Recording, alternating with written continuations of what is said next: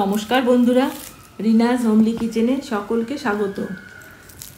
বাড়িতে মাছ মাংস না থাকলে পরে এই রেসিপিটা ট্রাই করতে পারো। ভাত রুটি দুটো দিয়ে খেতেই ভীষণ ভালো লাগে। তাহলে চলো দেখে নেওয়া যাক আমি রান্নাটা কিভাবে করি। পুরো ভিডিওটা দেখো, তাহলে তোমাদের খুব ভালো লাগবে। এই রান্নাটা করার জন্য আমি দেখো এখানে দুটো ডিম নিয়েছি আর একটা সেদ্ধ আলু নিয়েছি। ডিমগুলো কিন্তু কাঁচা ডিম আছে, আলুটা সেদ্ধ করে খোসা ছাড়িয়ে রেখেছি। এখন একটা বাটি নিচ্ছি আর একটা গ্রেটার নিয়েছি। এর মধ্যে আমি এই সেদ্ধ আলুটাকে গ্রেট করে নেব। তোমরা হাত দিয়েও চটকিয়ে নিতে পারো, কিন্তু এই আলুটার মধ্যে যেন কোনো দানা দানা না থাকে।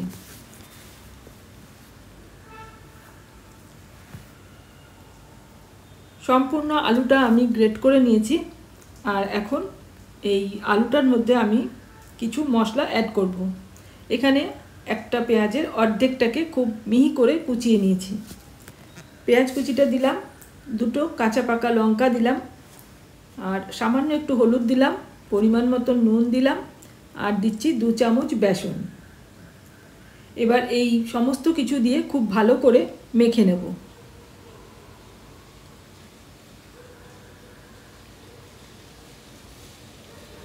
প্রথমে একটু মাখতে অসুবিধা হবে, কিন্তু এইভাবে চামচ দিয়ে মাখলে পরে মাখাটা ভালো মতনই হয়ে যাবে। এবার এর মধ্যে আমি যে ডিম দুটো রেখেছিলাম সেই ডিম দুটোকে দিয়ে দেব। দুটো ডিমকেই ফাটিয়ে দিয়ে দিলাম। আর দিচ্ছি 2 কোয়া রসুন থেতো করে নিয়েছি, রসুনটা দিলাম। আর দিলাম 1/2 চা চামচেরও কম গোলমরিচের গুঁড়ো। এইবার এগুলোকে আবার একসাথে খুব ভালো করে মিশিয়ে নেব।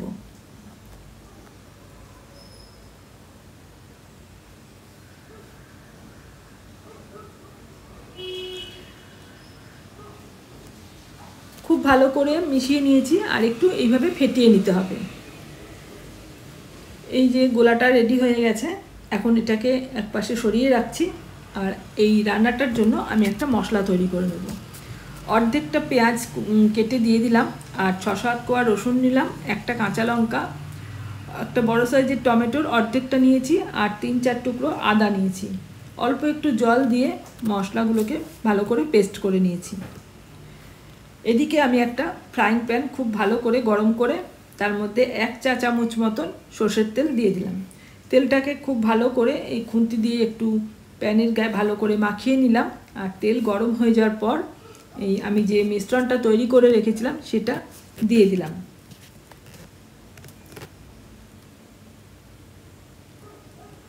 তারপর একটা চামচ দিয়ে খুব ভালো করে চারিদিকটা ছড়িয়ে দেব।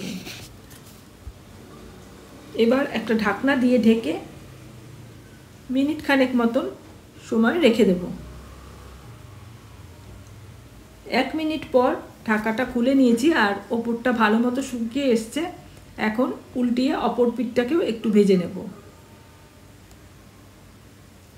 2 পিঠে আমার ভালো করে ভাজা হয়ে গেছে। এখন এইটাকে গ্যাস অফ করে আমি নামিয়ে ঠান্ডা করে নেব। এদিকে আর একটা কড়াই গরম করে তেল গরম করে নিলাম, আর এখানে দিয়ে দিলাম দুটো ছোট সাইজের আলু। 50% মতো আমি সেদ্ধ করে নিয়েছি, আর আলুর গায়ে একটু নুন আর হলুদ মাখিয়ে তেলের মধ্যে ছেড়ে দিলাম। আলুগুলোকে একটু লাল করে ভেজে তুলে রাখছি। এবার এই আলু ভাজার তেলটার মধ্যে ফোড়নে দিচ্ছি 1 টুকরো দারচিনি, 2টো লবঙ্গ, 2টো এলাচ, আর দিচ্ছি সামান্য একটু গোটা জিরে। এই ফোড়নটাকে খুব ভালো করে ভেজে নেব। ফোড়নের যখন একটা সুন্দর গন্ধ বেরোবে সেই সময় দিয়ে দিচ্ছি একটা ছোট সাইজের পেঁয়াজ কুচি। পেঁয়াজটাকে হালকা করে একটু ভেজে নেব।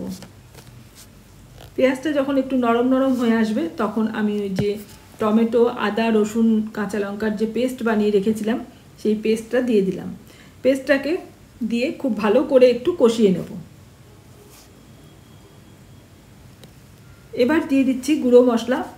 1 চা চামচ জিরের গুঁড়ো, 1 চা চামচ ধনে গুঁড়ো, দিচ্ছি 1/2 চা চামচ হলুদের গুঁড়ো, 1/2 চামচ কাশ্মীরি লাল লঙ্কার গুঁড়ো, আর দেব পরিমাণ মতো নুন আর সামান্য একটু চিনি। অল্প একটু মশলার বাটিটা ধোয়া জল দিয়ে দেবো। তারপর এই মশলাটাকে খুব ভালো করে কষাতে হবে। গ্যাসের ফ্লেমটাকে মিডিয়ামে রেখে মশলাটাকে খুব ভালো করে কষিয়ে নেব যতক্ষণ না তেল ছেড়ে আসছে। মশলা ভালো মতন কষানো হয়ে গেছে। এখন এর মধ্যে ভেজে রাখা আলুটা দিয়ে দিলাম। এবার আলুটাকে দিয়েও মশলাটাকে আরও কিছুক্ষণ কষাবো। মিনিট 2 মতন সময় কষিয়ে নিয়েছি আমি। এবার এর মধ্যে দিয়ে দেব 2 কাপ গরম জল।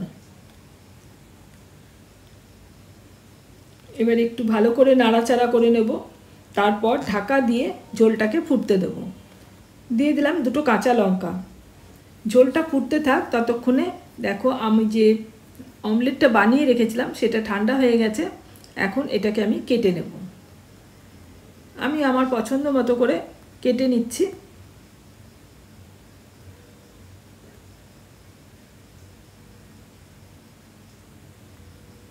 এই যে চৌকো চৌকো করে আমি কেটে নিয়েছি।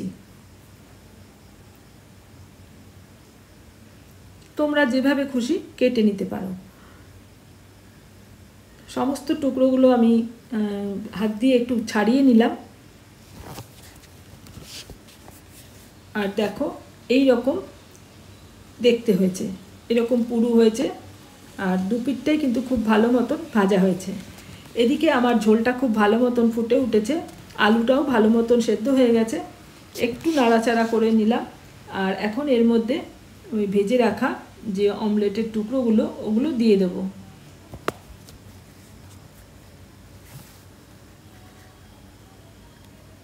সমস্ত টুকরোগুলো দিয়ে দিলাম। একটু নাড়াচাড়া করে নিয়ে ঢাকা দিয়ে 1 মিনিট মতো এটাকে ফুটিয়ে নেব। মিনিট খানেক সময় ফুটিয়ে নেওয়ার পরে ঢাকাটা খুলে নিয়েছি। একটু হালকা হাতে নেড়ে দেব। তারপর দিয়ে দিচ্ছি 1/2 চা চামচ গরম মশলার গুঁড়ো। গরম মশলার গুঁড়োটা দিয়ে ওটাকে ভালো করে একটু মিশিয়ে দিলাম। আর তারপর গ্যাসের ফ্লেম অফ করে আমি ঢাকা দিয়ে স্ট্যান্ডিং টাইমে রেখে দেবো 5 মিনিট মতো। 5 মিনিট পর আমি একটা পাত্রে সার্ভ করে নিচ্ছি। তোমরা দেখে বুঝতে পারছো কতখানি ভালো হয়েছে এটা খেতে। আর আমার আজকের এই রেসিপি তোমাদের কেমন লাগলো অবশ্যই কমেন্টসে জানাবে। আর এই রেসিপিটা বাড়িতে মাছ মাংস না থাকলে এই 2টো ডিম আর একটা সেদ্ধ আলু দিয়ে তোমরাও বানিয়ে নিতে পারো।